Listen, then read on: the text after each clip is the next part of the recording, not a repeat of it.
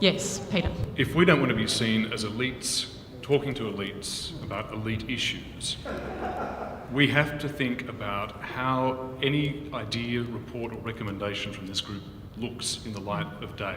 Yeah. Now, if we want to be practical, if we want to actually achieve anything, you have to have a balance between practicality and idealism.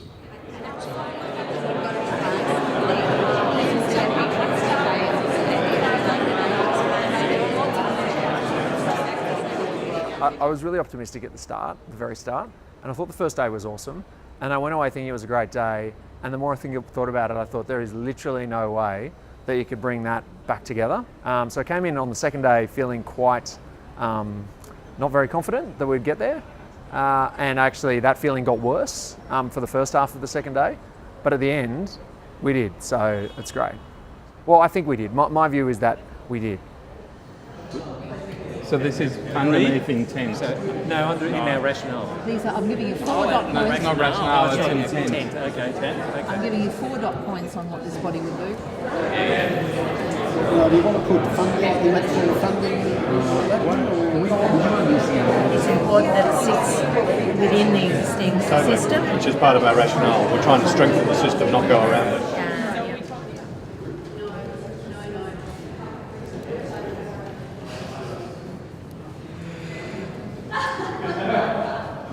Rebooting Australian democracy. Rebooting Australian democracy through The Commission to Rebuild Trust. the Commission to rebuild trust. So this is the Commission one about rebooting Australian democracy, which has probably the largest group of people standing at it. This one, which is around the Citizens' Assembly, is that right?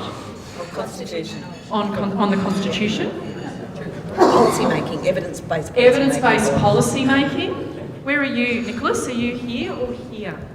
And you consider them the same? Yeah. You guys consider them the same also, or no?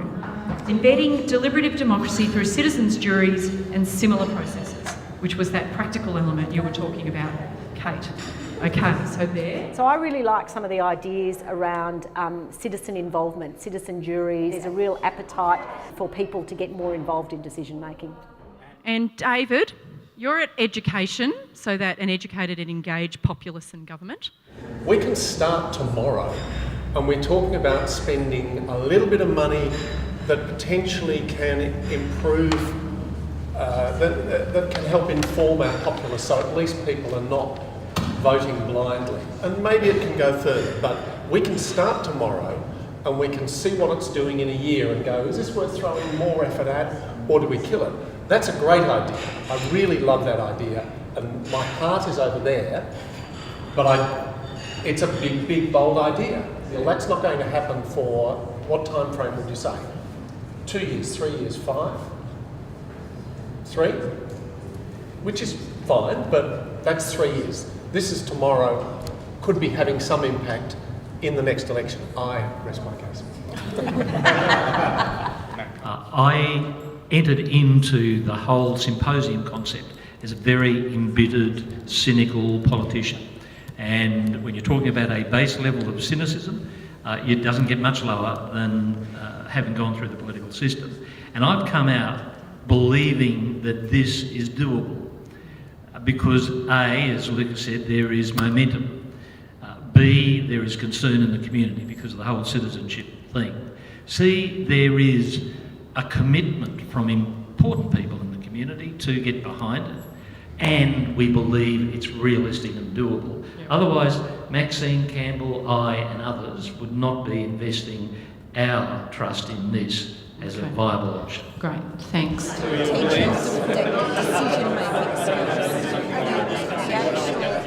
I think the idea about creating a group of people who might generate a rolling conversation about our civic life is a really good idea.